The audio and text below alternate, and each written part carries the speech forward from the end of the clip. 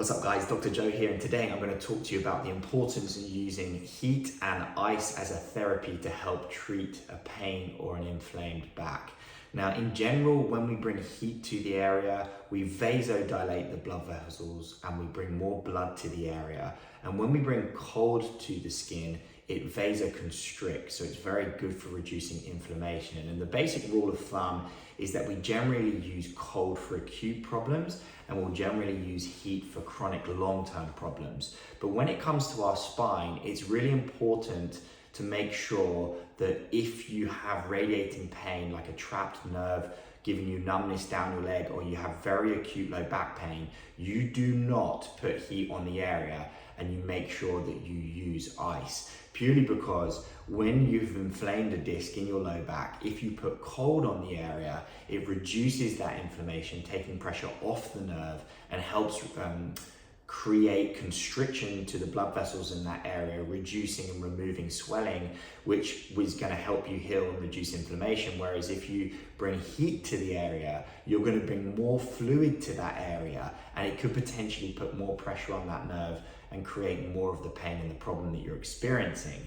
It's like if you went over on your ankle and you sprained your ankle and you had a lot of swelling and inflammation, you wouldn't want to put heat on the area. You put cold on the area to reduce the inflammation and to reduce the swelling.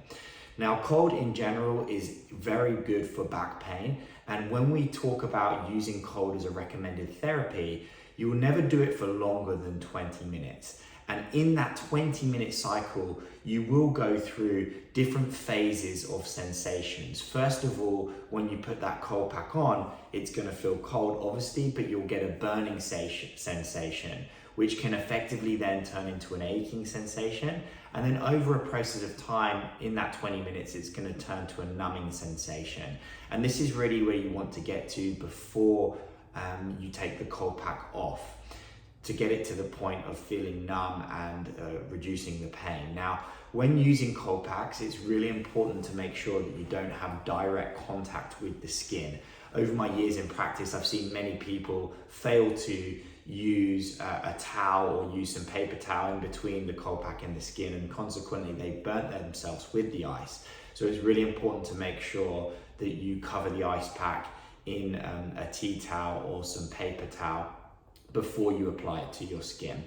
Now, when it comes to heat is a great therapy used for those people who are struggling with chronic problems. So something like chronic arthritis, aches and pains in wrists, in knees. Heat can be great because it brings new blood to the area, and with that new blood, it helps the tissues heal, it helps circulate the fluid in the area, and consequently that helps deal with pain management and reducing the long-term effects of inflammation.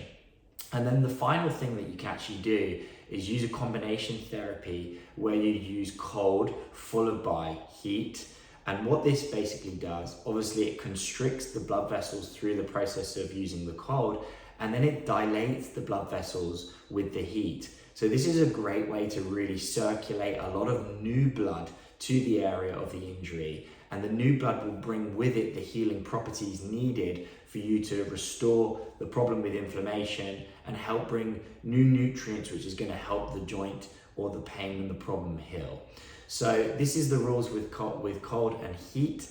Make sure that if you're utilizing a cold pack for the spine, you do it for no longer than 20 minutes. You want to apply the cold pack at least 2 to 3 times a day with 20-minute intervals.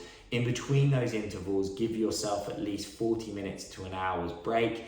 And to do this every single day is a great way to really help yourself recover from the inflammation and the pain in between treatment therapy.